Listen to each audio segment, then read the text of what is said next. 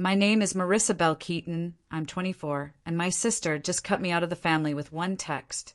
I was sitting in the hospital cafeteria when her message came through. Everyone in the family saw it. Everyone except me knows what she wrote. I drove past her house that night. Through the window, I saw her shredding an envelope with my name on it. That was the moment I knew. This wasn't just about a baby shower. What on earth is in that envelope?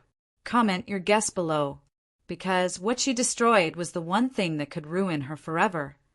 I didn't always know what it felt like to be invisible, but somewhere between my 10th birthday and my 18th, it became second nature. Growing up in our house in Cincinnati, Ohio, Wren was the star. She was the one with the glittery hair bows, the loud laugh, and the way adults bent toward her like flowers chasing sunlight. I was the one in hand-me-down sneakers, standing quietly in the corner, hoping someone would notice. I still remember my 10th birthday. My dad promised he'd bake me a cake himself. He showed up with 2 balloons and a store-bought cupcake. Wren, who wasn't even the birthday girl, walked into the kitchen 10 minutes later wearing a sparkling new dress from Justice and announced she was hosting a fashion show in the living room. Within minutes, every guest had left my side and was clapping for her fake runway walk. My cupcake sat untouched on the counter. That was the rhythm of my life. I wasn't hated exactly, but I was forgotten like background noise. By high school, I learned to stop expecting fairness. Wren got a car for her 16th birthday, a shiny white Volkswagen Jetta with a big red bow on top. My dad handed her the keys while my stepmom wiped tears from her eyes like they were watching a Hallmark movie. Me, I got a used bike from Craigslist. No bow, just a sticky note on the handlebars that said, "Don't say we never gave you anything." I didn't even bother crying. I just nodded, forced a thank you, and biked myself to my after-school shift at a diner off Montgomery Road. But the real betrayal came later. It was my senior year when I found out I had been accepted into Ohio State University. My acceptance letter was the first time in my life I felt like I had won something that was mine alone. I remember running into the kitchen, the envelope in my hand, shaking as I told them. My dad barely looked up from his coffee. My stepmom gave me that thin smile that never reached her eyes. Then Wren clapped her hands together and squealed, "Oh my gosh, that's great, Mari." But guess what? Jonah had just proposed. Jonah was her college boyfriend. Tall, rich, from a family that owned 3 car dealerships. Within seconds, my acceptance letter was forgotten, buried under talk of rings and venues and honeymoons. At first, I didn't mind. I thought, fine, let her have her moment. But then came the truth that knocked the air out of me. One night, while I was studying in the den, I overheard my dad and stepmom talking. "Wren's destination wedding in Aruba is going to be expensive," my stepmom whispered. "I know," my dad sighed. "We'll just use the college fund. Mari can figure something else out." I dropped my pen. For a moment, I thought I misheard. But then he added, "She's resourceful. She'll be fine." The college fund wasn't a rumor. It was money set aside since I was a kid, money I had believed in like a safety net.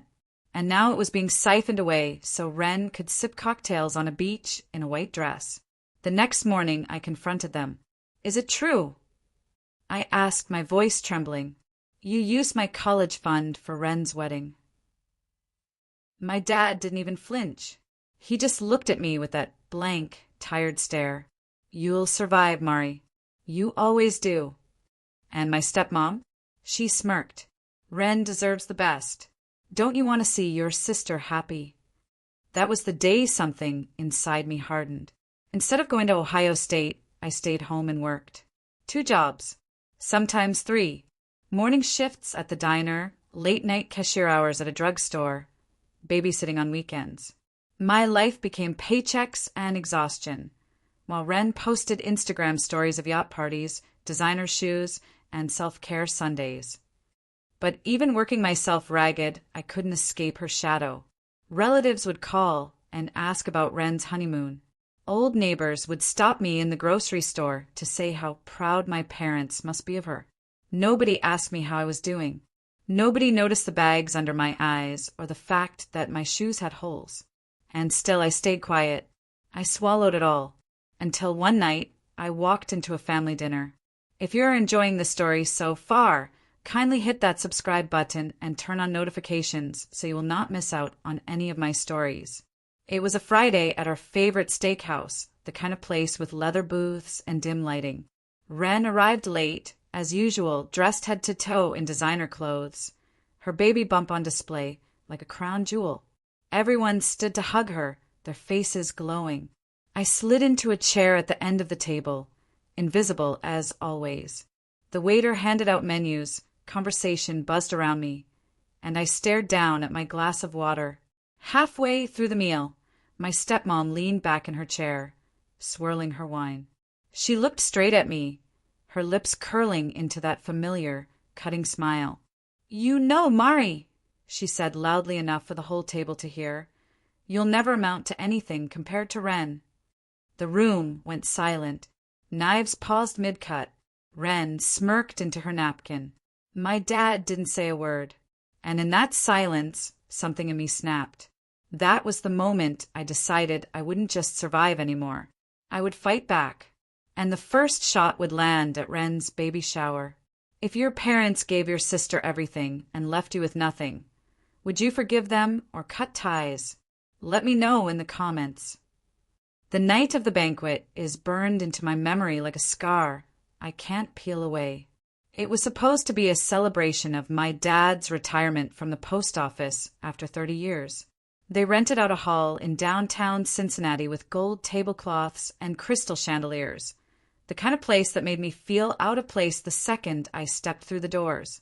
I wore a navy blue dress I bought on clearance from Macy's, the tag still stiff against my skin.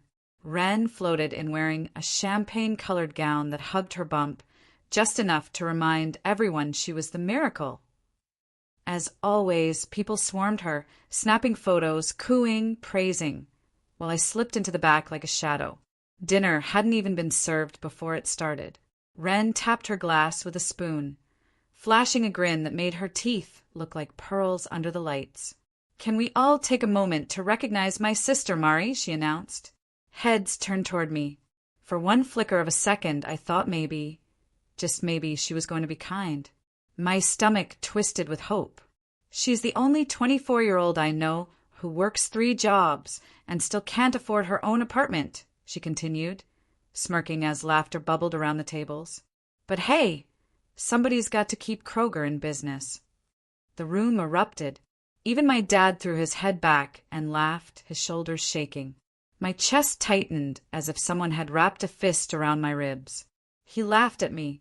He laughed when his golden daughter humiliated me in front of 50 relatives, coworkers, and family friends. I forced a smile, my cheeks burning. My stepmom dabbed her eyes with a napkin, pretending she was laughing so hard she might cry. Aunt Corliss chimed in with her shrill voice. "Bless her heart, Mari still thinks hard work pays off." And then Finn, my cousin who barely passed high school, leaned across the table and added, "Maybe one day you'll get promoted to manager at Walgreens." His smirk was sharp, cutting, as the others chuckled. I stared down at my plate, tracing the edge of my fork against the china so I wouldn't have to look at anyone. The steak in front of me blurred until it was just a pink smear. Every laugh felt like a stone hurled against my chest. I told myself to swallow it, to let it go like I always did. But something about hearing my own father's laugh break through the noise twisted the knife deeper. Later that night, as everyone mingled near the dessert table, Wren drifted toward me. Her eyes glittered, her voice syrupy sweet. "Hey, Mari, I shouldn't have made that joke earlier. It wasn't fair." For a moment, I blinked, caught off guard. Her tone was soft, almost tender, the way she used to sound when we were little, and she asked me to braid her hair. "It's okay," I murmured, though my voice was barely more than air. She touched my arm, leaned in closer, and whispered, "We're sisters. I want us to be close again." My heart thudded. Against my better judgment, I let a flicker of warmth spread in my chest. Maybe she meant it. Maybe for once She wanted to see me as more than her personal punching bag. But that flicker didn't last long. On my way to the restroom, I slowed by the corner of the hall where the men stood near the bar. Wren's husband, Jude, had a drink in his hand, his tie loosened, his posture dripping with arrogance. He was laughing with Finn and another cousin. "She'll be a nurse's aide forever," Jude said, his voice casual but laced with disdain. Not a threat. Not even worth worrying about. The laughter that followed hit me harder than Wren's public joke, harder than my father's betrayal. Jude didn't see me as family or even a person. I was nothing more than background noise in their world. I stood frozen in the hallway, my nails digging into the skin of my palms until half moons of red formed. My breath came fast, shallow. That's when I realized I wasn't just humiliated anymore. I was angry, and that anger, burning low in my chest, wasn't going to fade this time. It was going to grow. The golden envelopes started showing up in mailboxes before I even knew they existed. Thick cardstock with embossed lettering, each one carrying Wren's perfect handwriting. A baby shower fit for royalty, announced in shimmering gold, sent to every aunt, cousin, neighbor, and family friend in town. Everyone except me. I found out about it the way I always found out, secondhand.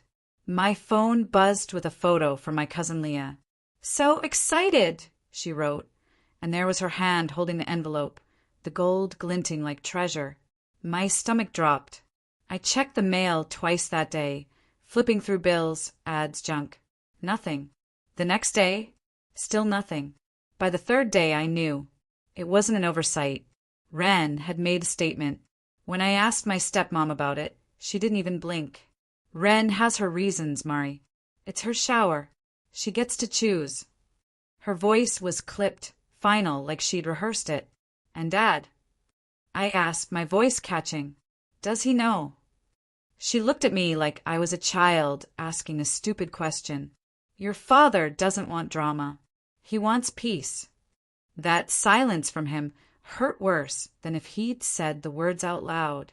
The whispers started in the family group chat soon after. Little messages from Aunt Corliss, always dripping with venom. "Well, you know, showers aren't for everyone. Some people just bring down the mood." The others threw in laughing emojis, subtle digs, all while my name hovered unspoken in the thread. It was like being erased in real time, line by line. Still, something about those golden invitations gnawed at me. The font was extravagant, the venue expensive. Wren and Jude weren't supposed to have that kind of money. Jude's job at the dealership barely paid enough for their rent, and Wren hadn't worked in months. So where was all this coming from? The details didn't add up, and the thought lodged in my mind like a splinter I couldn't stop picking at. One evening after work, I drove past their house.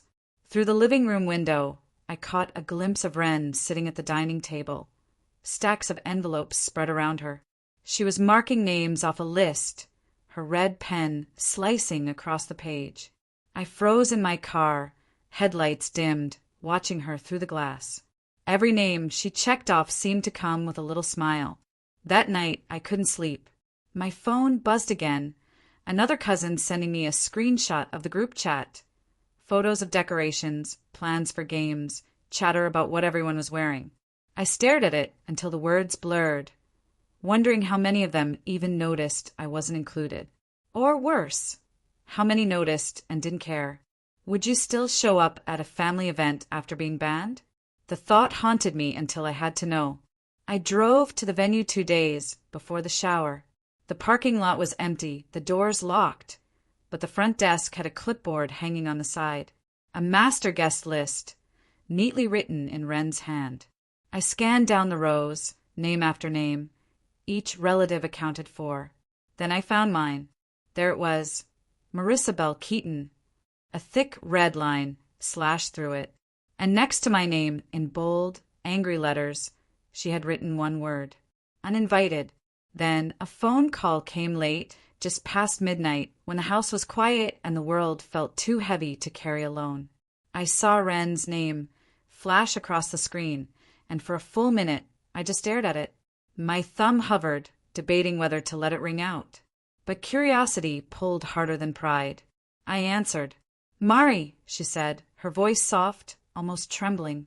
I know things have been rough between us." Her tone wasn't the sharp dagger I was used to.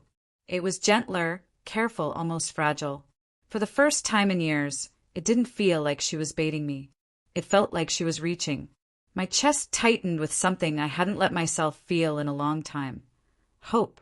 I swallowed hard. "Yeah, they have." "I don't want to fight anymore," she continued, the sound of a sniffle threading through her words. "We're sisters. We've been through too much to keep hating each other. And with the baby coming, I want my child to know you." I closed my eyes, leaning against the wall of my tiny kitchen. The refrigerator hummed, filling the silence between us. It sounded real, genuine. The walls I'd built around myself shifted. "You mean that?" I whispered. "I do," she said, her voice breaking in just the right places. "I need you, Mari." Those words landed like a lifeline. For years, I'd been the outsider, the forgotten one. But now maybe she was letting me back in. Maybe all the pain had a chance to heal. I pictured us laughing again like we did as kids, before jealousy and favoritism built a wall between us. For the first time in a long time, I allowed myself to believe. The next afternoon, I walked into the shower venue. The air smelled of roses and sugared frosting. Balloons arched over the tables, gold letters spelling out, "Welcome, baby." My eyes darted around nervously, searching for her. She spotted me first, rushing over in a pale pink dress that made her glow. She hugged me tightly. I let myself melt into it, believing this was real. But it wasn't. Half an hour later, I stood near the refreshment table when Wren's voice rang out over the chatter. "Everyone, can I share something?" She waved her phone high, her smile wide and glittering. "Mari and I had a little late-night heart-to-heart, and I just have to play this for you all." My blood ran cold. She tapped her screen, and suddenly my own voice filled the hall. Me, fragile, hesitant, whispering, "I just want us to be close again." Laughter rippled through the crowd, not cruel at first, just awkward. But then Wren leaned into it. "Isn't she adorable?" Wren cooed, her eyes shining with triumph, begging to be part of my baby's life like a sad little puppy. The laughter grew louder, sharper, piercing my chest with each sound. I froze, staring at her as she smirked, tilting her head in mock pity. "Mari, you'll never be in my child's life. Ever. I don't need you." The world tilted. My hand shook, so hard I nearly dropped the plate I was holding. I had believed her. I had believed the tears, the softness, the sisterly bond. And she had gutted me in front of everyone. I stumbled out, the sound of laughter following me, like a swarm of bees. My breath came short, ragged, as I pushed through the double doors into the parking lot. The air was cold, biting at my skin, but it didn't clear the fog in my head. I wanted to scream, to shatter something, to make her hurt like she'd just made me hurt. But then I saw it. Jude's car was parked crooked near the back, the passenger seat piled with folders. One had spilled open, papers scattered across the leather. I don't know what made me move closer, maybe instinct, maybe fate. My eyes caught on the letterhead, the dealership's name. Numbers, rows, highlighted figures, and one line circled in red. Pending IRS audit. My stomach twisted. Something about the numbers didn't look right. The totals, the adjustments sloppy, almost desperate. My pulse raced as I flipped through the stack, the pieces clicking together in my head. Jude wasn't just careless with money. He was hiding something. Something that could blow their perfect world apart. And for the first time that day, a smile tugged at the corner of my lips. I'll never forget the weight of those papers in Jude's car. The numbers burned into my mind like a brand, the words pending IRS audit scratching at my nerves long after I walked away from that parking lot. I didn't sleep that night. I lay in bed staring at the ceiling, my heart pounding with the echo of Wren's laughter and the murmurs of the guests at her shower. But over all of it was the vision of that folder. Rows of numbers, sloppy adjustments, the ugly truth peeking out from behind their glittering facade. I knew then, if I wanted answers, I'd have to dig for them myself. The next morning, I called into work, told them I had a family emergency. It wasn't exactly a lie. The emergency just wasn't what anyone expected. I started with what I knew, Jude's dealership, the one he bragged about at every family event, puffing his chest like he was the next Henry Ford. I drove past the lot in the middle of the afternoon. Rows of SUVs and sedans sat baking in the Kentucky sun, but the place was oddly quiet. No customers, no buzzing salesman, just Jude's giant face on a billboard nearby, grinning like a shark with the slogan, "Trust the name that drives families forward." I pulled into the lot, pretending to browse. A salesman with a crooked tie wandered over, tired eyes flicking to the empty lot behind me. "Looking for something new?" he asked, his voice flat. "Just curious," I replied, letting my eyes scan the rows. "I heard this place is the best." He snorted softly, shaking his head like he couldn't stop himself. "That's what Jude wants you to think." I tilted my head. "What do you mean?" Before he could answer, another man stormed out of the glass doors, waving a stack of papers. "Thompson, stop wasting time. We've got enough problems without you chatting." The salesman clamped his mouth shut and muttered an apology. My pulse quickened. Problems? What kind of problems? I left before I drew attention, but the seed had been planted. That night, I searched online for the company's business filings. Kentucky requires public access to some records, and I dove into every link I could find. Hours passed, my eyes burning as I scrolled through scanned documents and PDFs. That's when I saw it. Liens, lawsuits, delinquent property taxes on the real estate arm Jude bragged about. My breath hitched. The documents were clear. Jude wasn't expanding, he was drowning. The debt wasn't just bad, it was catastrophic. Mortgages stacked on top of loans. Loans stacked on top of credit lines. It was like watching a tower sway just before it collapsed. But the part that made my blood run cold? The cosigner names. Over and over again, I saw Wren's signature next to Jude's. She wasn't just his oblivious wife. She was tied to all of it. I sat back, staring at the glow of my laptop. My sister, the golden child, the one who smirked at me like I was nothing, was knee-deep in debt, so massive it could bury them both alive. And they were hiding it. The next day, I visited Dad. He sat in his recliner, TV blaring some old Western, the smell of instant coffee heavy in the air. His eyes lit up when he saw me, but I noticed the worry lines etched deeper than before. "How are things?" I asked casually, sitting across from him. He hesitated before answering. "Fine. Just fine." But his fingers fidgeted with the edge of the remote, a tell he never could hide. "Dad," I pressed, lowering my voice, "are you helping Wren and Jude financially?" His shoulders tensed. That was all the answer I needed. "Just a little here and there," he muttered, eyes darting away. "They've hit a rough patch. Family helps family, Mari. You wouldn't understand, you're not married." My throat tightened. How much is a little? He avoided my eyes. "They'll pay me back." I wanted to scream. He had worked his whole life, saved every penny for retirement, and now it was being siphoned into Wren's sinking ship. And the worst part? He didn't even realize how deep the hole was. Would you expose a sibling if it meant destroying their reputation? I kept asking myself that as I drove home, because this wasn't just about Wren embarrassing me anymore. This was about Dad's future, his safety, his dignity. The line between justice and vengeance blurred a little more every day. I kept digging. Late one night, I parked outside the dealership again, watching through the glass as Jude paced his office. Phone pressed to his ear. He slammed his fist on the desk, face red with rage. I couldn't hear his words, but I could see the desperation. Something told me the answers I needed weren't online. They were locked away in the company's files. So I took a risk. The next morning, I slipped inside, pretending I was there for an oil change. While the receptionist stepped away, I ducked down the hall, heart pounding in my ears.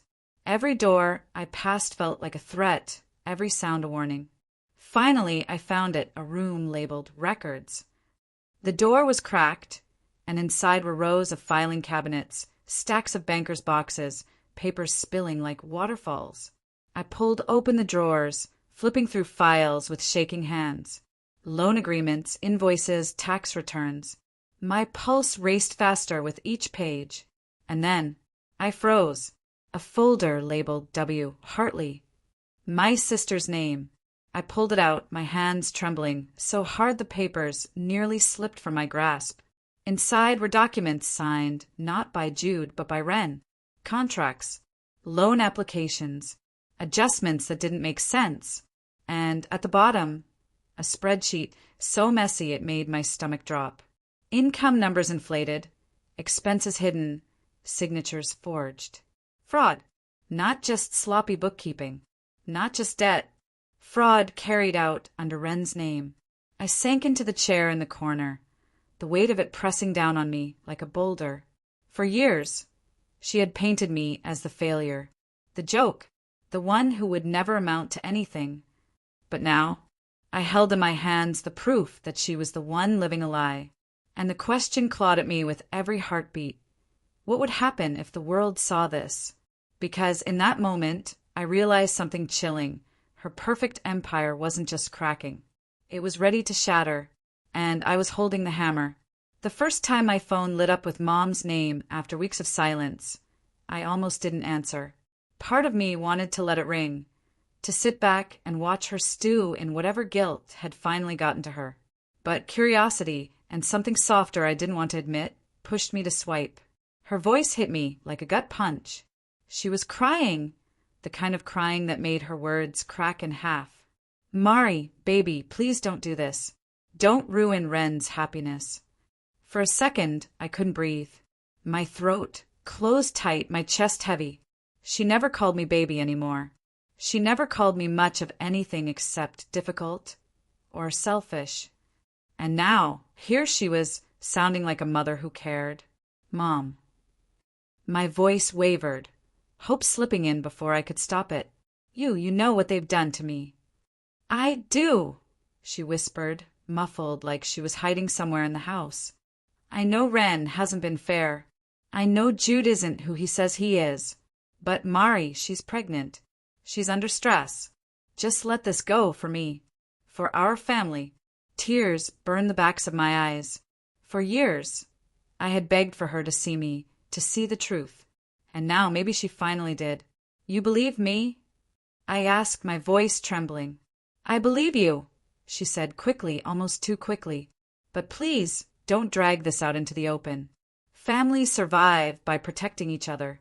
You don't have to be the villain here. Her words slid into the cracks of my heart, patching up wounds I didn't know were still bleeding. Maybe, just maybe, I wasn't alone. We talked for nearly 20 minutes. She told me she loved me, that she wanted to fix things, that she didn't want me standing outside the family anymore.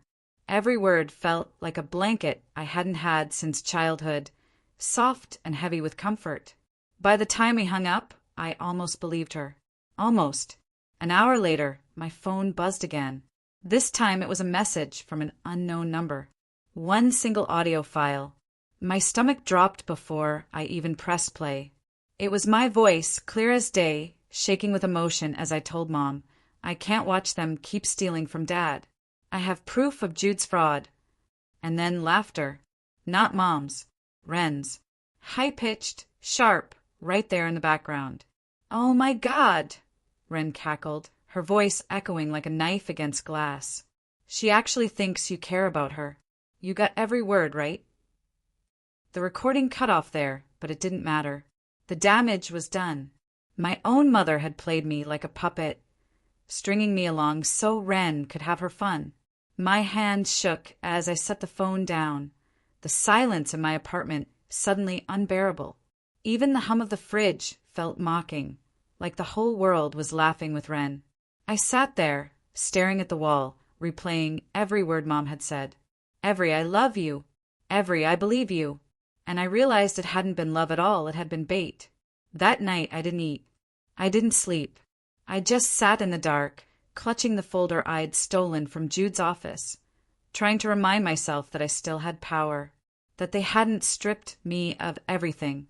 The next morning, when I stepped out to grab the mail, my pulse was still pounding from the betrayal. Bills, flyers, the usual junk. But then an envelope. Plain, unmarked. My name scrawled across it in black ink, no return address. I froze on the porch, heart thundering. My fingers tore it open before my mind could catch up. Inside was a single sheet of paper, a copy of one of Jude's contracts. The fraudulent ones I'd seen in his office. The numbers, the fake adjustments, the signature in Wren's name. It was all there. But this wasn't for my digging. This wasn't mine. Someone else knew. And someone had just handed me proof. I couldn't stop staring at the contract. The fraudulent signature, Wren's name in ink she never touched, Jude's lies woven neatly between lines of legal jargon. It burned into my vision like it was branded there. I tucked it back into the envelope and slid it under my mattress. My chest was pounding. My hands were shaking, but not from fear. This time it was from power. I finally had something real. Proof. But proof alone wasn't enough. Not yet. The next morning I almost did it. I almost marched straight into Dad's study, slapped the papers on his desk, and told him his golden daughter and her perfect husband were thieves. I pictured his face crumbling as he realized his retirement was gone, drained by the very people he defended every time I tried to speak up. I wanted to see that moment, wanted to taste the vindication of being right, but something inside me stopped me. A whisper of caution. If I played this wrong, I wouldn't just burn Wren, I'd burn myself too. Timing mattered, and I didn't have the timing. Not yet.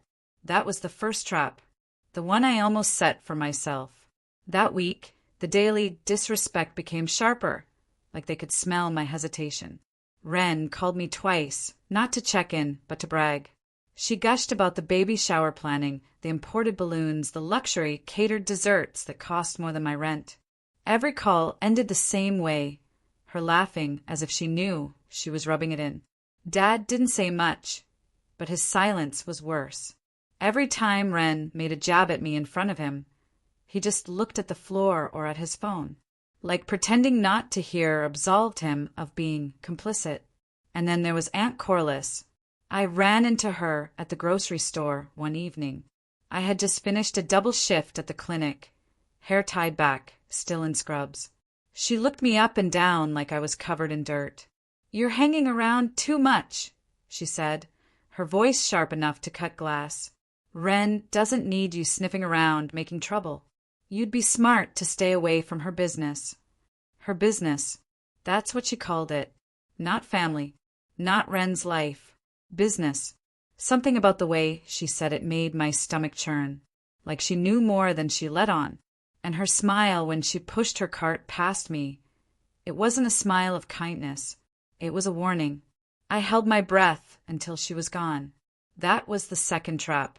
The one they wanted me to fall into: silence, to shrink, to accept. That night, I sat on my bed with the fraudulent contract laid out in front of me. My phone buzzed. A number I didn't recognize. I almost ignored it, but something told me not to.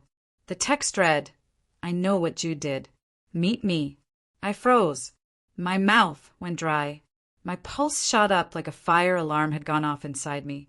But before I could even think about meeting this ghost on the other end of the screen, something else happened. Earlier that day, while closing out patient files at the clinic, I'd noticed a woman in the waiting area.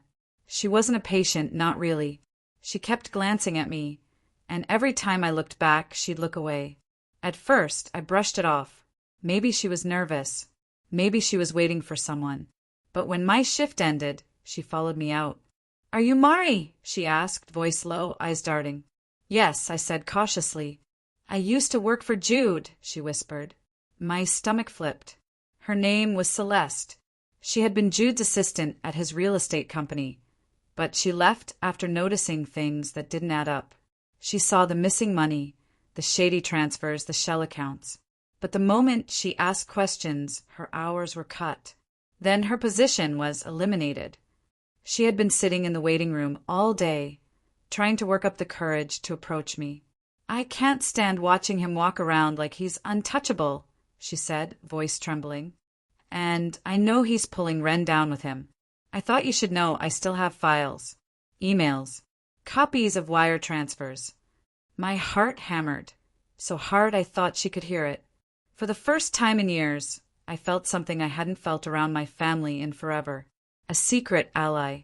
Celeste handed me a flash drive, her fingers cold and shaking as they pressed it into my palm. "Be careful," she said, eyes glassy. "They'll eat you alive if you're not." I stood there long after she left, clutching the tiny drive like it was a lifeline. And maybe it was. That night, back in my room, I plugged it into my laptop. Folders popped up. Invoices. Contracts. Transfers. The deeper I dug, the sicker I felt. Everything tied together. Dad's retirement money wasn't just missing. It had been siphoned, laundered, buried under layers of fake projects Jude had orchestrated. And Wren's name wasn't just on that fraudulent contract. It was on dozens of them. She wasn't an innocent bystander. She was knee-deep in it. My head spun. My hands trembled. And still, my phone sat on the nightstand with that unanswered message glowing on the screen. "I know what you did. Meet me." Was it connected to Celeste? Or was it something else? I typed back before I could lose my nerve. "Who are you?" 3 dots appeared, then vanished, then appeared again. "You'll find out. Tomorrow. 9 p.m. Old train station." I stared at the message until my eyes blurred. It felt like every nerve in my body was on fire. But even as fear clawed at me, even as I imagined 1,000 ways this could blow up in my face, something inside me hardened. I had the contract. I had Celeste. And now, someone else, someone watching from the shadows, wanted to meet. I didn't know if it was a trap. Maybe it was. But maybe, just maybe, it was the key I'd been waiting for. If your sibling had stolen your parents' future, and someone offered you the chance to blow it all open, would you take it? Or would you stay quiet to keep the peace? Because peace in my family was already dead. The next night, I walked into the train station, my heart pounding louder than my footsteps. The air smelled like rust and rain. My phone buzzed again. A single message. "I'm here." I froze. Every sound echoed in the hollow space. My breath caught. And then, from the shadows, a figure stepped forward.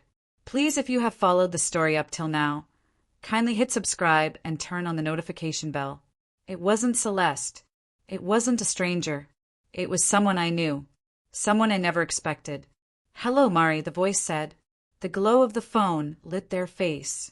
And I recalled the voice, the one who'd always laughed the loudest at Wren's jokes.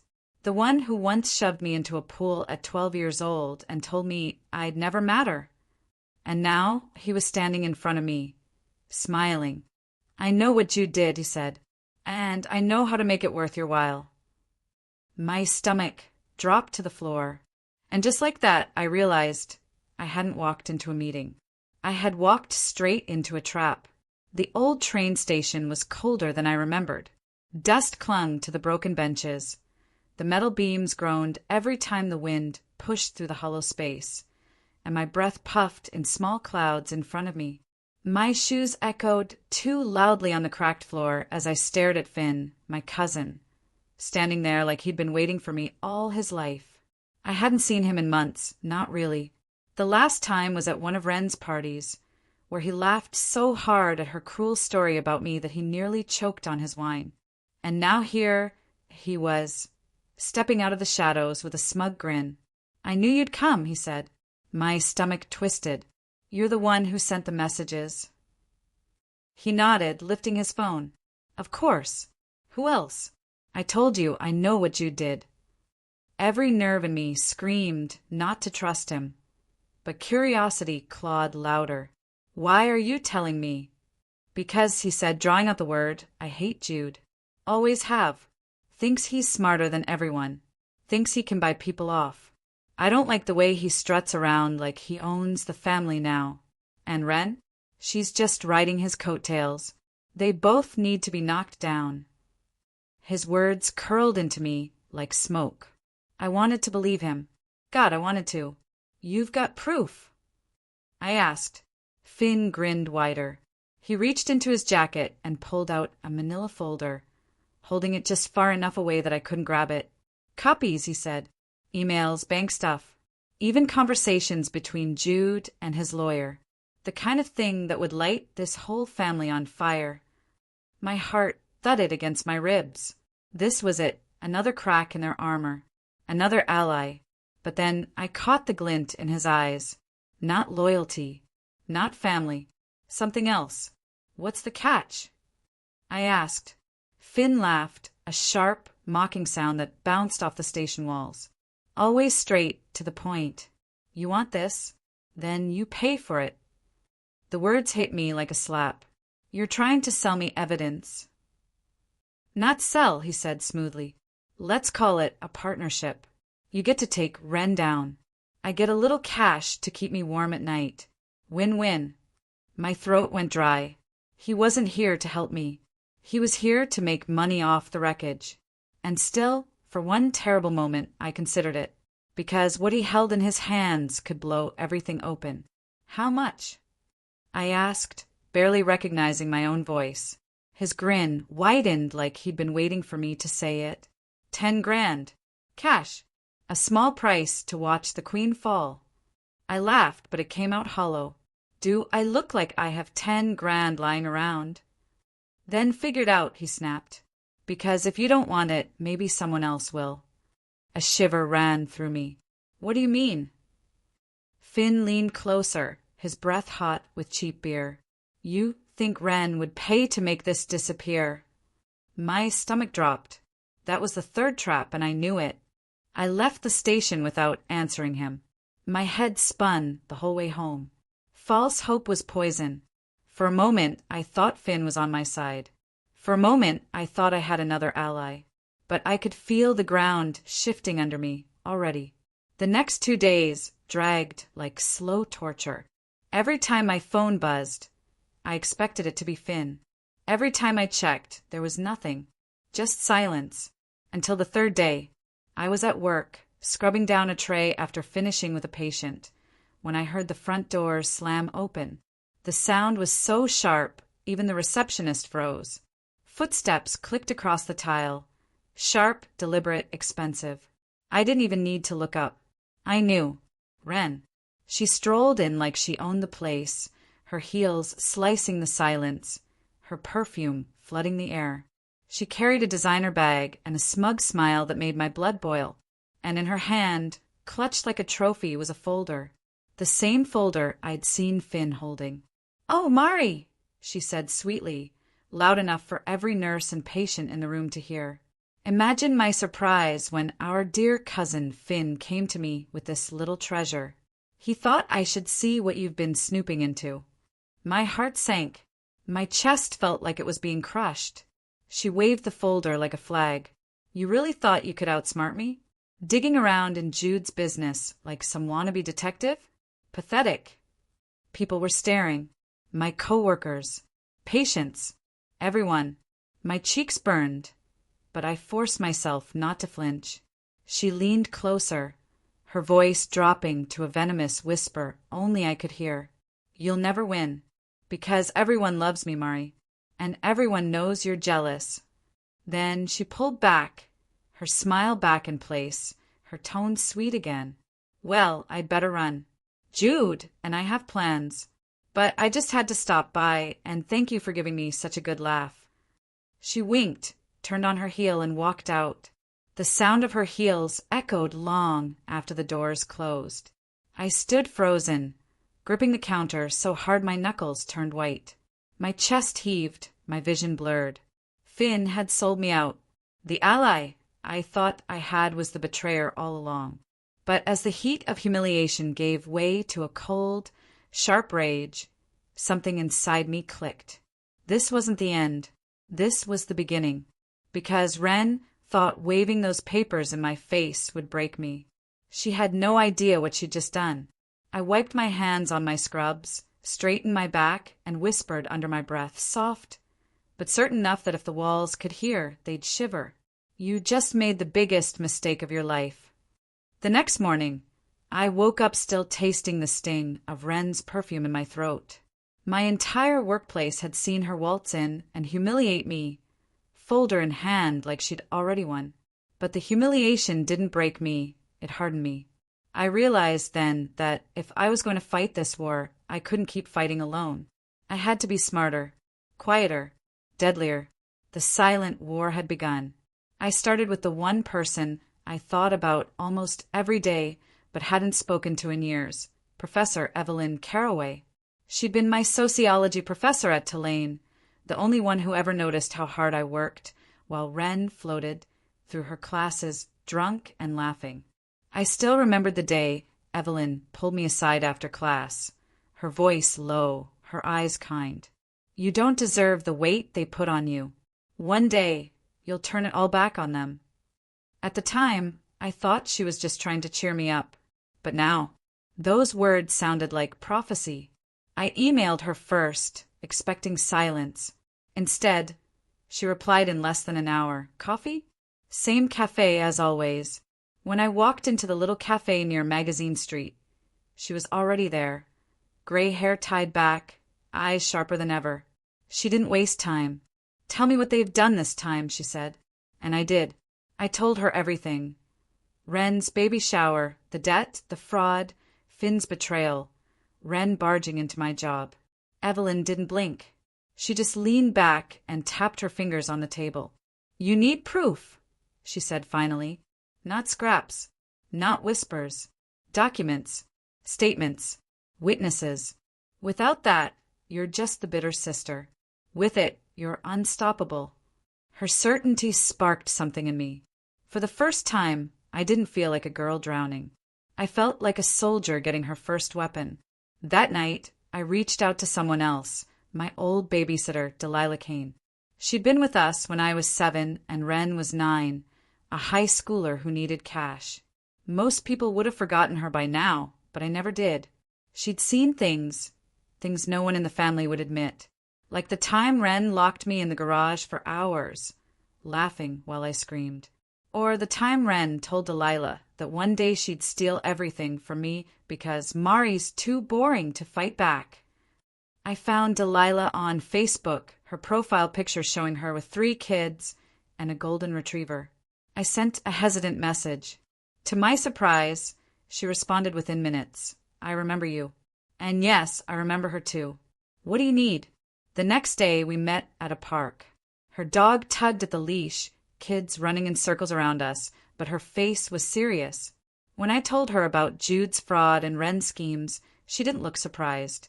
She was always cruel, Delilah said, but people let her be. Nobody wanted to believe it because she smiled at them. If you want me to, I'll testify. I'll tell anyone what I saw back then. Hearing that made my chest tighten. For years, I'd thought my childhood pain was invisible, buried. Now, finally, someone was saying I saw it too. You weren't imagining it. Still, I needed more than witnesses. I needed someone who could turn evidence into a weapon. That's when I called Jordan. Jordan Callahan had been my classmate in undergrad, the kind of guy who could quote laws like they were song lyrics. He'd gone to law school in Houston, and last I'd heard, he'd passed the bar. We hadn't spoken in ages, but when I called, he answered on the second ring. Mari. His voice held genuine surprise. Yeah, I need your help. When I explained, he whistled low. Fraud, retirement funds, stolen money. If you've got proof, that's enough to bury them. But can we win? I asked. If the documents are real? Absolutely. But timing matters. You can't blow this too early. You wait for the moment everyone's watching, and then you drop it like a bomb. That was when I felt the first spark of the plan forming. Because the very next day, While scrolling through Wren's endless social media parade, I saw something that stopped me cold. Her baby shower was being live streamed. There it was, a pastel-colored post on her Instagram. "Join us live from the Willow Creek Country Club. Can't wait to celebrate with you all." A live stream, not just family. Hundreds of people, maybe thousands tuning in. Every fake smile, every sip of champagne, every whispered insult, all of it on camera. My pulse hammered. She had no idea she'd just handed me the stage. Would you confront your sister in private or wait until everyone could see? That question burned through me, and I knew the answer. If Wren had spent her entire life making me invisible, then the only way to end this was to make the whole world watch her fall. But even as I clung to that thought, the daily grind of her cruelty pressed harder. At work, I'd hear whispers from coworkers who happened to mention Wren's latest shopping spree. At the grocery store, Aunt Corliss cornered me near the cereal aisle. Her lipstick smeared, her voice sharp. "You just don't know when to quit, do you?" she hissed. "You think digging around in Jude's business makes you clever? It makes you pathetic. Stay away from them, Mari, or you'll regret it." Her finger jabbed the air so close to my face I had to step back. Shoppers stared, but Corliss didn't care. She stormed off, her heels snapping against the floor, leaving me with a pounding heart and shaking hands. Everywhere I went, it felt like someone was watching, like Wren had turned the entire family into her private army. The disrespect was constant, the sneers sharper, the silence from my father heavier than stone. But I didn't break. I collected. I plotted. I built my army too. Evelyn with her sharp mind, Delilah with her memories, Jordan with his legal firepower. 3 allies, each holding a piece of the puzzle. And as I stood in front of the mirror one night, rehearsing what I would say, picturing Wren's smug face cracking in front of the cameras, I felt something I hadn't felt in years. Power. I smoothed my hair back, locked eyes with my reflection, and whispered the words that had been forming on my tongue since the moment I saw that Instagram post. "Then the shower will be perfect." The night before the shower, I sat cross-legged on my bedroom floor, surrounded by documents spread out like weapons. Bank statements, retirement withdrawals, Jude's forged signatures. My allies had delivered what they promised. Evelyn's notes, Delilah's testimony, Jordan's legal drafts. They were real, solid, undeniable. For the first time, I wasn't just surviving Wren's game. I was preparing to flip the board. I chose the outfit carefully. Black trousers, crisp white blouse, blazer sharp enough to slice through a room. Nothing flashy, nothing soft. Neutral but commanding. I wanted them to see me as the opposite of Wren's curated pastel world. She'd be in lace and florals. I'd be steel. In the mirror, I practiced my speech. Not too long. Not too emotional. Just the facts, calm and brutal, delivered like truth etched in stone. But every time I spoke the words, "You've stolen from Dad's retirement. You committed fraud," I heard her voice in my head. That mocking laugh, dripping with fake pity. "Oh, Mari, always so dramatic. Nobody believes you." They never did. I clenched my fists at my sides, nails digging crescents into my palms. My reflection looked back at me, jaw tight, eyes burning. I forced myself to keep speaking over the phantom voice, louder, stronger, until Wren's laugh began to fade, replaced by my own steady rhythm. But the universe wasn't about to make this easy. 2 days before the shower, Dad called. His voice carried that heavy, paternal authority I hadn't heard since childhood. "Mari, listen to me. Don't do this. You're not thinking straight." I held the phone tight against my ear, pacing my kitchen. "Dad, I have to. They've stolen from you. From your retirement. That money was supposed to keep you safe." There was a pause, then his voice cracked, not with emotion, but with controlled pressure. "I don't care about the money. I care about peace. If you show up at that shower, you'll destroy this family." The words landed like punches. Destroy this family. as if Wren hadn't been destroying it piece by piece for years, as if my silence was the only thing holding it together. "Dad," I whispered, my throat dry. "She's using you. She's laughing at you behind your back." "Enough." His voice snapped like a whip. "If you walk through that door, don't bother coming back. Do you understand me?" For a moment I couldn't breathe.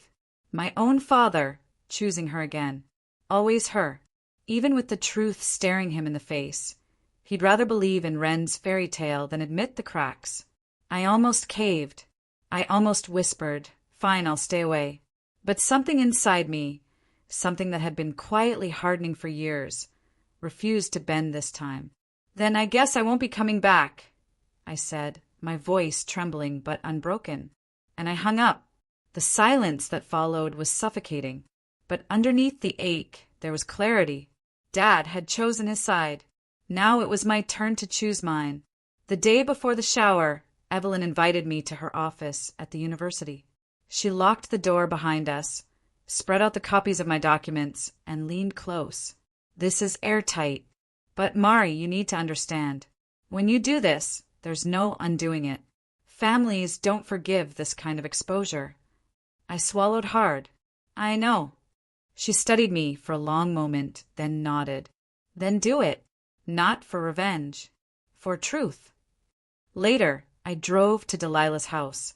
Her kids were playing in the yard, shrieking with laughter, while she sat on the porch with a mug of coffee. She handed me a small, leather-bound journal. "What's this?" I asked. "Notes. From when I babysat you. I wrote down things Wren said, things she did. I don't even know why, maybe because I knew one day it would matter." Flipping through the pages, my chest tightened. Proof. Dates, quotes, tiny fragments of my childhood pain immortalized in Delilah's handwriting. It wasn't just my word anymore. That night, Jordan called. "Everything's ready. If she tries to deny it, we have leverage. If she tries to spin it, we have backup. You just need to deliver the blow." I lay awake until sunrise, rehearsing again in front of the mirror. My voice cracked at first, Wren's laugh creeping back into my head. But with every repetition, I grew sharper, stronger. By dawn, my voice didn't sound like a plea anymore. It sounded like a verdict. The morning of the shower, I ironed my outfit with trembling hands. My phone buzzed nonstop, messages from relatives, thinly veiled threats disguised as advice. "Don't make a scene. Don't embarrass yourself. Don't ruin Wren's big day." I deleted every one. When I finally stepped outside, the air was heavy with humidity, thick enough to taste. I drove in silence, documents tucked neatly in my bag, my pulse pounding like a war drum. As I pulled into the Willow Creek Country Club parking lot, I could already hear it, the faint thrum of music drifting through the walls, laughter spilling across manicured lawns. Cars lined the drive, every spot packed with guests eager to worship at Wren's pastel-colored altar. I parked at the edge, hands gripping the steering wheel until my knuckles went white. For one last moment, I let myself imagine turning around, going home, staying invisible. But then I thought of Dad's warning, of Mom's recorded betrayal, of Wren barging into my job with stolen evidence. And I knew there was no turning back. I opened the door, heels clicking against the pavement, the sound crisp and final. The air smelled of champagne and roses, artificial sweetness that made my stomach twist. And as the music and laughter grew louder with each step toward the entrance, I smirked to myself, feeling the weight of every secret in my bag. The day of the shower had arrived. I walked up to the door. The double doors of the Willow Creek Country Club loomed in front of me like gates to another world. My palms were slick against the clutch I held, but I forced myself to breathe slow, even breaths. This wasn't just an event. This was the stage. The live stream cameras were already rolling. I could see the faint glow of tripods, hear the hum of chatter through the glass. For a moment, I hesitated.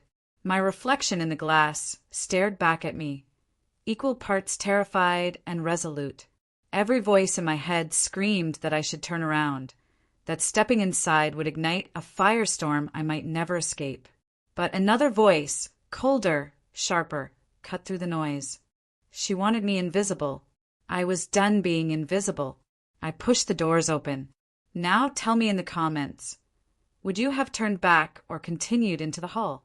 I will be waiting for your response. The sound inside died instantly. The clinking of champagne glasses, the swell of polite laughter, the rustle of pastel dresses, all of it froze. My heels clicked against the polished marble floor, echoing like gunshots in the silence. Heads swiveled, eyes widened. Dozens of faces locked on me, confusion bleeding into hostility. Then I saw her. Wren stood at the center of the room, draped in blush silk that shimmered beneath the chandelier. A hand rested on her swollen belly, the other clutching a glass of sparkling cider. For a split second, her smile faltered. The color drained from her face. She looked like she'd seen a ghost. The tension stretched, taut and dangerous.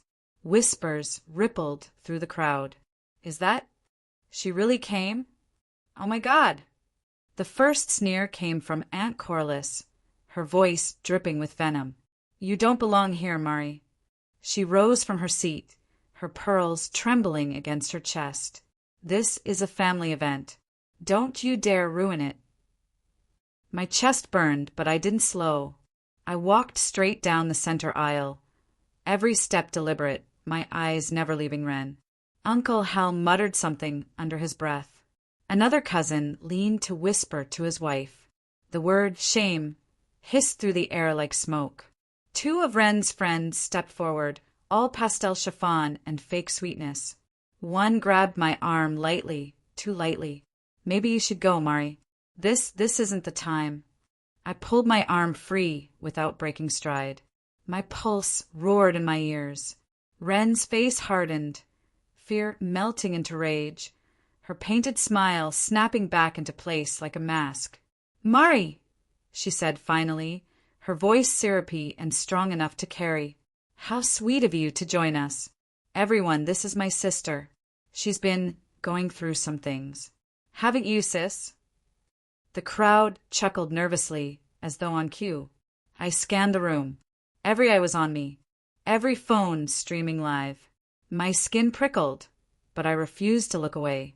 Would you have walked into that room or stayed outside? The question clawed at me, but I already knew. I'd rather burn inside than freeze at the door. I reached the gift table. Pastel bags, gold ribbons, neatly stacked boxes.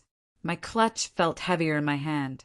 And then, with the entire room holding its breath, I pulled out a thick envelope, one swollen with papers, edges sharp, the weight of it undeniable. Slowly, deliberately, I placed it on the table, right on top of the biggest gift box. The sound of it landing was soft, but in that silence it was deafening. Wren's eyes locked on the envelope. Her lips parted just slightly. She knew. I straightened, smoothed the front of my dress, and turned to the crowd. The silence was absolute. The air itself seemed to tighten, waiting for what came next. And I smiled. The room was still frozen around me, the envelope sitting heavy on the gift table, like a bomb nobody wanted to touch. My heart thudded so loudly I thought everyone could hear it, but my voice, when it came, was calm. Too calm. I brought a gift, I said, letting my eyes sweep the crowd. Not diapers, not blankets, not another gold-plated stroller. Something more honest. The whispers started again, a nervous ripple. People shifted in their seats, some leaning forward, others shrinking back. I could feel the judgment pressing down on me, the same way it had pressed on me my entire life. But this time I welcomed it. Let them watch. Let them squirm. Wren's painted smile twitched. She tried to laugh, but it came out thin. Mari, she said, her voice sharper now, you're embarrassing yourself. Why don't you take your little envelope and leave before you make a scene? Aunt Corliss clapped her hands together, too loud, as if she could reset the mood. Yes, dear, this is not the time.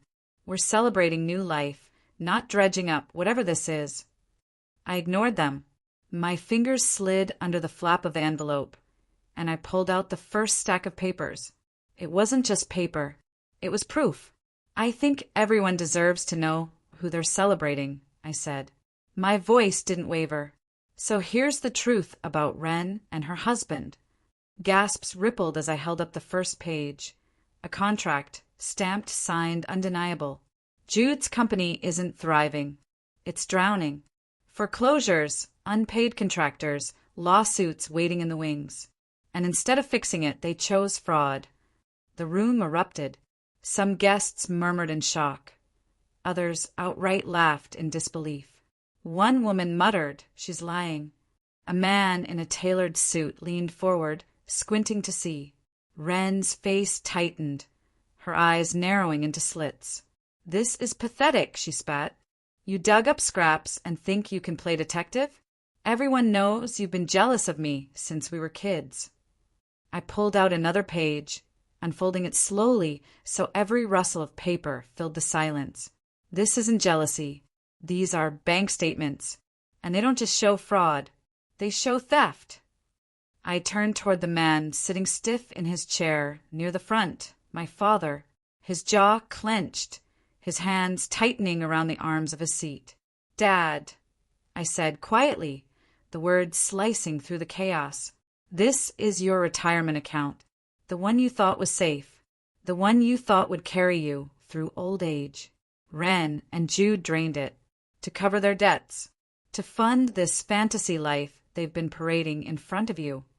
The room went dead silent. No whispers, no murmurs, just silence thick enough to choke on. Dad blinked, like the words hadn't registered, like he was trying to make sense of a language he'd never heard before. "No," he said, shaking his head. That's impossible." Aunt Corliss shot up, red-faced, her pearls rattling against her neck. "How dare you accuse them of something so vile?" she shouted. "You're nothing but bitter. You're trying to destroy this family because you can't stand seeing your sister happy." "Destroy the family?" I shot back, locking eyes with her. "Or protect it from being destroyed by lies?" Her mouth opened and closed like a fish, but I didn't give her time.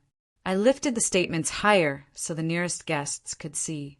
Rows of numbers, withdrawals, signatures, Dad's name, Jude's transfers, Wren's initials. Gasps spread like wildfire. A woman whispered, "Oh my God, she's telling the truth." Another muttered, "That's theft." Phones tilted up, cameras zoomed in. This wasn't just a shower anymore. It was a courtroom. Wren lunged forward, her voice cracking into a shriek. "Stop it. You don't know what you're talking about." I met her gaze, steady, unflinching. "I know exactly what I'm talking about. You smiled in Dad's face, took his money, and used it to prop up this fake empire. And now you expect all of us to clap and pretend it's real." The guests shifted, whispers building into a wave. Some looked at Wren with pity, others with disgust. Wren's stepmotherly voice cut in, sharp and desperate. "Enough. Mari, if you had any decency, you'd walk away before you destroy your own blood." But I wasn't moving. Not this time. My father finally rose from his chair, his face pale, his lips trembling. He looked at the papers in my hands, then at Wren, then back at me. "Tell me this isn't true," he whispered, his voice cracking. "Wren, is this true?" The room held its breath. Wren's lips parted, but no words came. Her mask was slipping, crumbling under the weight of evidence. And then it happened. Dad's knees buckled, his body sagged, and he collapsed back into the chair with a groan that sounded like it came from his soul. His hand clutched at the armrest, trembling, his eyes glassy. The silence shattered with a single sound, his voice raw and broken. "Is this true, Wren?" The question hung in the air, heavier than anything I had ever heard, and nobody moved. The room spun with noise, gasps, chairs scraping, glasses tipping as Wren's screams sliced through the country club's air like broken glass. "You're lying. She's lying." Her voice cracked, raw and jagged. Nothing like the polished laugh she'd been parading all evening. Her mascara bled in streaks down her cheeks, black rivers tracing the collapse of her mask. She gripped the edge of the dessert table so hard her knuckles whitened, as if the fondant cake could anchor her while the floor gave out beneath her. And for a second I thought she might faint. But then she turned on me, her chest heaving, and shrieked, "You just can't stand to see me happy, can you?" The silence after was heavier than thunder. Every guest had their eyes pinned on her, neighbors, friends, Jude's business partners, the same people who always swallowed her lies whole. But not this time.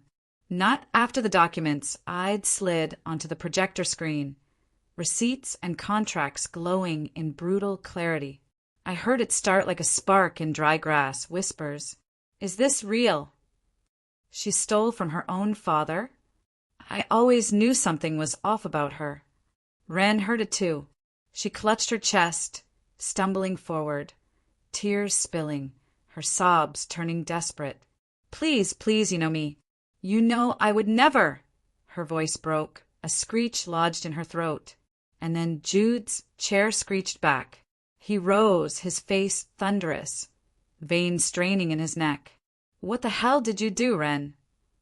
The crowd froze. I swear, even the string quartet in the corner stopped mid-note. She spun toward him, her hands shaking. "I did it for us. For us."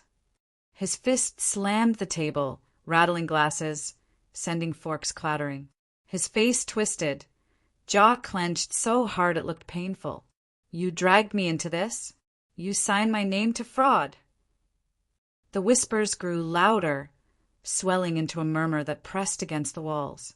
Jude's chair toppled as he stormed past her, his footsteps echoing like gunshots. He didn't look back. Not once. The heavy door slammed behind him, leaving Wren alone in the spotlight she'd once thrived in. Her scream followed him into the night. "Don't you walk away from me." But he was gone. She turned then, wild-eyed, mascara bleeding, hair falling from its perfect waves. "All of you," she wailed, pointing at the guests. "You're vultures. You always wanted me to fail." No one defended her. No one moved. They just whispered harder, pulled out phones, avoided her eyes. Her empire, the perfect little lie she'd built brick by brick, was crumbling right there under the chandeliers. And for the first time in my life, I saw Wren not as my sister, not as my tormentor, not as the flawless golden child. I saw her for what she truly was, cornered prey. Should I have stopped there, let her drown in her own downfall? Or was it right to keep going, to strike when she was already broken? That thought pulsed through me like static, begging for an answer. But I didn't stop. Not yet.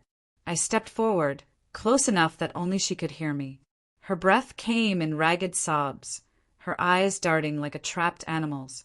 I leaned down, my voice low, steady, deadly. "Tell them about the prenup." Her face blanched, lips parting soundlessly as the color drained from her skin. And in that moment, I knew I had just pulled the pin on the grenade that would finish her. The air in the banquet hall thickened after the words left my lips. It wasn't just silence, it was suffocating, electric silence, the kind that makes your skin prickle. Every guest had leaned forward without realizing it, their curiosity sharp enough to cut glass. Wren's eyes widened, her pupils dilating as though she'd been caught in a spotlight she couldn't escape. "Prenup?" someone muttered near the dessert table. The whisper spread like wildfire. Wren's lips trembled, but no words came out. Her throat worked, swallowing hard, but it was useless, her body betrayed her. Her face drained of color, her hands trembling so badly she nearly dropped her champagne flute. I straightened slowly, never breaking eye contact, letting her drown in the weight of that single word. I could feel their eyes bouncing between us, waiting for one of us to speak, waiting for someone to light the fuse that would blow this gathering sky high. Dad was the first to break. His voice was low but heavy, the kind of tone that carried over the hum of gossip. "Prenup? What prenup?" All eyes turned to him. He was still sitting, his body sagging, his hand gripping the arm of the chair like it was the only thing keeping him upright. His face was lined with confusion, pain, and something else, fear. Mom shifted uncomfortably beside him, her eyes darting to Wren, silently begging her to say something that would make this all vanish.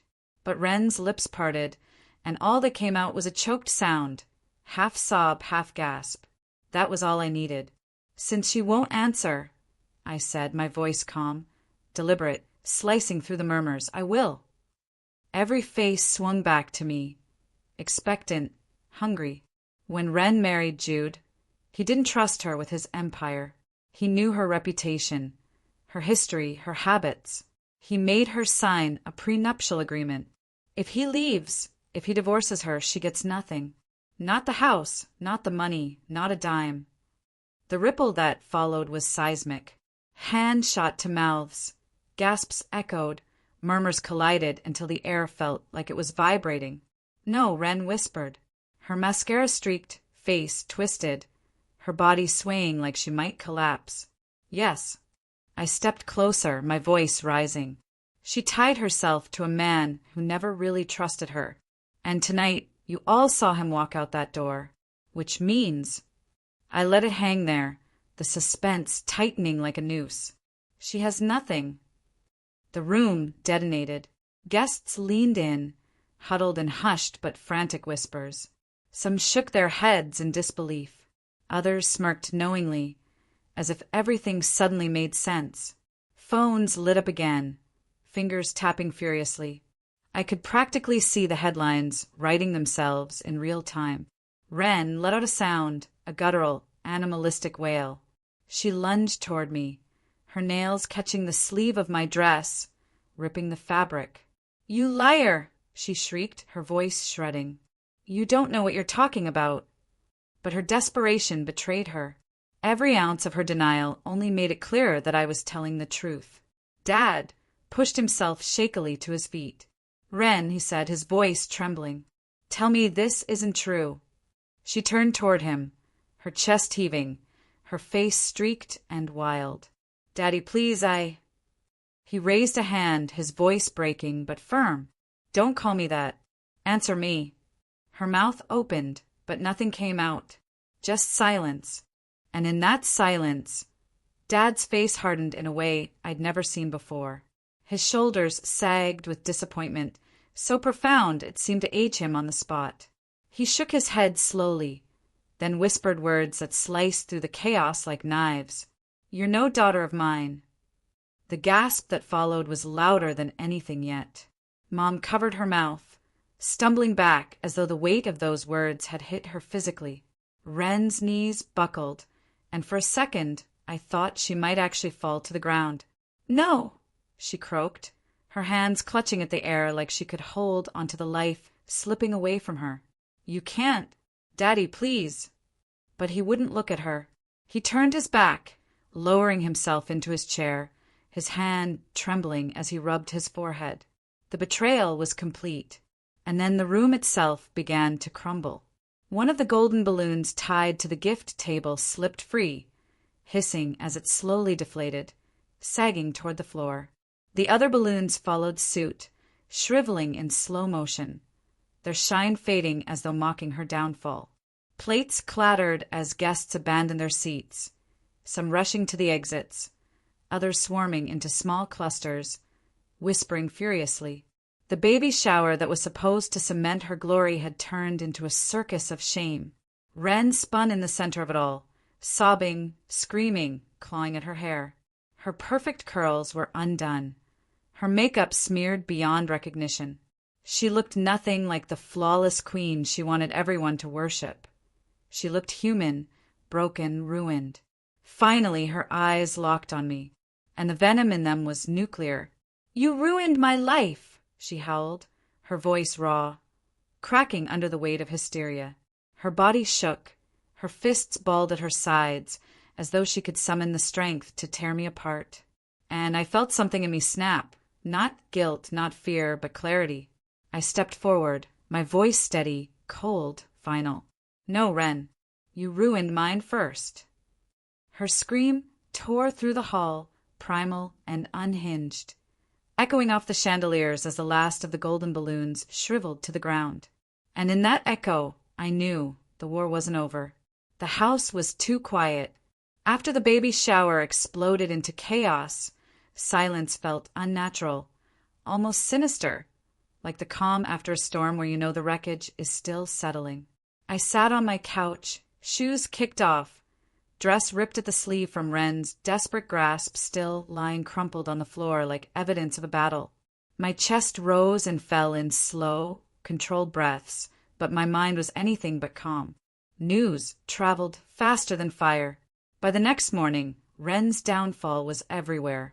Screenshots of her screaming face, streaked mascara, and the words prenup bombshell splashed across local gossip sites and group chats. Someone had filmed the exact moment Dad told her, "You're no daughter of mine," and it went viral on Facebook. Strangers laughed, turned her misery into memes, calling her princess prenup and baby shower burnout. And I watched it all unfold from my couch, scrolling endlessly, a mug of coffee in my hand, tasting both bitter and sweet. It wasn't just revenge anymore. It was a public execution. But the headlines didn't stop there. Soon, whispers became articles. Wren and Jude face financial trouble. Real estate company under investigation. Possible fraud tied to retirement accounts. Every breadcrumb I had discovered was unraveling into a full-blown scandal. Bigger than anything even I had expected. Jude had vanished. No one knew where he was. And for Wren, that was worse than his rage. She was photographed leaving their home alone. Her once perfect hair tied messily in a bun. Oversized sunglasses failing to hide her swollen eyes. Bags under them told the story better than any article could. She was crumbling. I should have felt satisfied. And in some ways I did. She was abandoned. She was drowning in lawsuits. She was mocked and humiliated. She was finally living the pain she had shoved onto me for years. But satisfaction came tangled with something else. An ache in my stomach I couldn't quite silence. Dad called me 2 nights later. His voice was different. Not booming. Not commanding. Just tired. "I don't know how to make this right," he said quietly. "But I'm sorry, Mari. I see it now. I should have seen it all along." I didn't cry. I thought I would, but all I felt was a strange, hollow relief. An apology I had been waiting my whole life to hear was finally mine, but it came too late, and we both knew it. Mom, though she didn't call. She didn't text. She avoided me like I was the shame she couldn't face. Word got back to me through relatives that she was devastated, but not because of Wren's lies, because I was the one who exposed them. Her loyalty wasn't shaken. It was nailed to Wren, even if that loyalty was killing her. That wound hurt worse than I wanted to admit. The family was broken. Gatherings stopped. Group chats went silent. Some relatives unfriended me on Facebook, while others messaged in secret saying, "You were brave," or "You did what we couldn't." Aunt Corliss, unsurprisingly, sent me a venomous voicemail calling me a snake, a traitor, a girl who'd spit on blood ties. But her voice shook when she said it. Even she knew the truth had won. Through it all, I found myself walking lighter, breathing easier. I went to work without the weight of comparison pressing on me. I came home and didn't drown in bitterness anymore. I looked in the mirror and didn't see the forgotten daughter. I saw someone who had fought back and survived. For the first time, I felt free. And yet, freedom is never complete. Not in families like mine. Late one evening, as I sat by the window, the city humming softly outside, my phone buzzed on the table. I glanced at it absently, expecting a notification, maybe another article link. But the name on the screen froze me in place. Jude. My pulse spiked. My hands turned clammy as I picked up the phone. Every instinct telling me not to answer, and yet I did. His voice was calm, too calm, like the steady drip of poison. "Mari," he said, almost warmly, "we need to talk. Just you and me. Privately." The air in my apartment grew heavier with every word. My chest tightened as though invisible hands were squeezing me. "What do you want?" I asked, my voice sharper than I intended, but my throat was dry. "I think you already know," he replied smoothly. "Meet me. Tomorrow night. And don't tell anyone." The line went dead before I could respond. I sat there, phone still pressed to my ear, the silence after the click louder than any scream. He wanted me alone. He wanted something from me. And the worst part, I wanted to know what. "Would you have gone? Would you have risked everything to face the man who abandoned your sister and nearly destroyed your family? Or would you have stayed far away and let him rot?" I didn't have the answer yet, but as I lowered the phone, my reflection in the window showed a smirk tugging at my lips. If he thought I was still the weak one, he had no idea what storm he'd just invited. I didn't think I'd ever agree to meet Jude again, not after everything that happened. But when his name flashed across my phone, when I saw that single text, "We need to talk," alone, I couldn't ignore it. Maybe it was curiosity. Maybe it was the part of me that wanted to look him in the eyes one last time and see if he'd finally admit what he was. Or maybe it was because I knew, deep down, that he was cornered, and cornered men always reveal the truth. We chose a quiet restaurant tucked into the edge of the city. Not fancy, not crowded, just dim lighting and private booths where people went when they didn't want to be overheard. The kind of place where secrets stuck to the walls. I spotted him before he saw me. He looked different. The polished arrogance he used to wear like a second skin was cracked. His tie hung loose. His eyes darted around like he was waiting for someone to jump out from the shadows. He was unraveling, and for the first time, I felt the power shift settle in my favor. I slid into the booth across from him. He stared at me like I was a ghost. "You came," he muttered, voice low, like the words themselves were heavy. I leaned back, keeping my expression flat. "You asked. I figured it must be important if you're desperate enough to text me." His jaw tightened. He opened his briefcase. Black leather, scuffed at the edges, nothing like the pristine man who used to flaunt wealth in every detail. He pulled out an envelope and pushed it across the table. "What's this?" I asked, though I already knew. "Money," he said flatly. "Enough to make this all go away. Enough for you to start over, disappear, whatever you want. No one has to know anything more. No one else has to get hurt." I stared at the envelope, then back at him. His hand was trembling, just slightly, but enough to notice.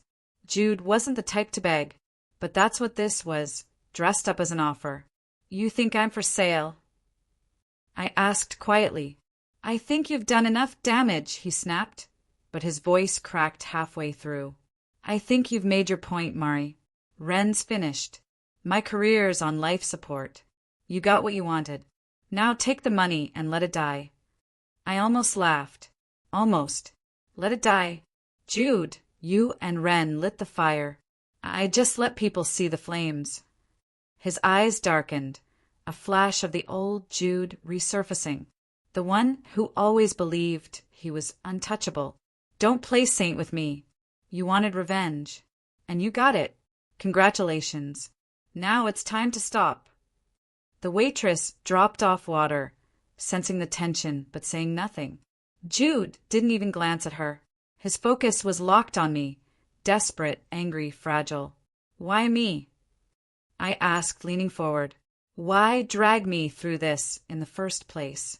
You had everything. The job, the reputation, the money. You could have left me alone." His silence told me everything.